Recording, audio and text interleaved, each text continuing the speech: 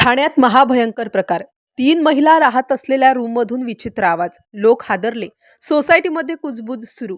हे असले आवाज आणि आपल्या शेजारी नेमकं आत काय घडतंय, कोण होतंय, काय चाललंय कळेनाच. सगळे घाबरले, पण प्रश्न मात्र लोंबत राहिला. हे शहर शांत, पण एका जुन्या सोसायटीत आजकाल काहीतरी विचित्र घडत होतं. 3ऱ्या मजल्यावर एका छोट्या रूममध्ये राहणाऱ्या 3 अनोळखी महिला. कुणाला माहीत नाही त्या कुठून आल्या, काय करतात. रोज रात्री उशिरा त्यांच्या रूममधून हलकी पुटपुट, कधी तीव्र हसण्याचे आवाज, तर कधी अचानक दार जोरात आपटण्याचा आवाज येत असे. लोकांनी अनेकदा दार ठोठावलं, पण दार उघडायचं नाही. पडद्यांच्या फटीतून दिसायचं फक्त सावल्यांचा हालचाल. रहिवासी अस्वस्थ झाले. सोसायटीच्या वॉचमनही म्हणू लागला की रात्री 1-2ला या तिघी बाहेर जातात आणि पहाटे परत येतात, पण त्या येताना नेहमी डोक्यावर ओढणी घट्ट बांधून, चेहरा झाकून चालत. एका संध्याकाळी सोसायटीतून एक मोठा आवाज आला, जणू काहीतरी जमिनीवर पडलं होतं. वरच्या मजल्यावर 3-4 लोक जमा झाले. दारातून लॉक, दरवाजाच्या खाली उजेड चमकत होता. आवाज मात्र विचित्र, कुणाशी वाद घालत असल्यासारखा, पण कुणी उत्तर देत नव्हतं.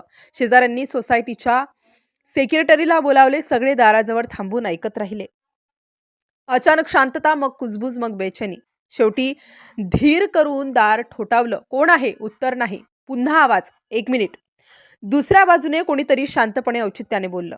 दार उघडलं. आत खोली एकदम एक छोटी खोली. एका कोपऱ्यात प्लास्टिकच्या बॅग्स, दुसरीकडे काही फाईल्स आणि एका टेबलवर काही मोबाईल ठेवलेले. खोलीत एक विचित्र तणाव. तिन्ही महिला त्या लोकांसमोर उभ्या. चेहऱ्यावर भीतीही नाही, पण शांतपणे नजर टाळत होत्या.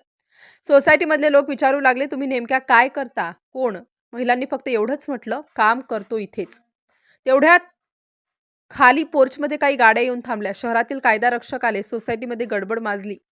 रूमची तपासणी सुरू झाली आणि पहिल्याच नजरेत समजलं, या तिघींना इथे राहण्याची कायदेशीर परवानगीच नव्हती. कागदपत्रे मागितली तर काहीही मिळालं नाही. जे मोबाईलचे कागद ते एक एक करून तपासले गेले. लोकांनी धक्का खाल्ला, तर हे हे तर बांगलादेशातून बेकायदेशीररित्या आलेले लोक सोसायटीत हॉटेल वेटर म्हणून काम करत होते.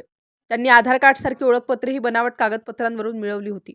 शांत सामान्य वाटणाऱ्या त्या 3 महिला रात्री लोकांना घाबरणारे आवाज निर्माण करणाऱ्या रूममधल्या कुजबुजी मागे खरं तर एका मोठ्या कारवाईचा त्या धागा होत्या. संपूर्ण इमारत एकत्र उभी होती. लोकांचे श्वास रोखले गेले होते. कुणाला वाटलं होतं का की इतक्या दिवसांपासून आपल्या शेजारी देशात बेकायदेशीर वास्तव्यास असलेले लोक राहत होते. त्या तिघींना अखेर ताब्यात घेण्यात आलं. त्यांच्या रूममधून मोबाईल, कागदपत्रे, काही दस्तऐवज जप्त झाले. तपास लांबलचक. काही तासात बातमी राज्यभर पसरली. ठाण्यातील सोसायटीत 3 बांगलादेशी महिला अटक. रहिवाशांच्या काळजातलं बेचैनीचं ओझं आता उतरलं. ते आवाज, ती कुजबूज, त्या सावल्या. खरं काय आहे हे समजल्यावर सर्व थक्क झाले. आणि हेच आपल्या सुरुवातीला ऐकलेल्या प्रश्नांचं उत्तर होतं. त्या विचित्र आवाजांमागे रहस्य नव्हतं, तर बेकायदेशीर अस्तित्वाची भीती होती. 3 महिलांच्या कृत्याने महाराष्ट्र हादरला आणि सोसायटीतील लोकांनी पहिल्यांदा अनुभवली आपल्या दरवाजाच्या मागे लपलेली अज्ञात सत्याची धडकी.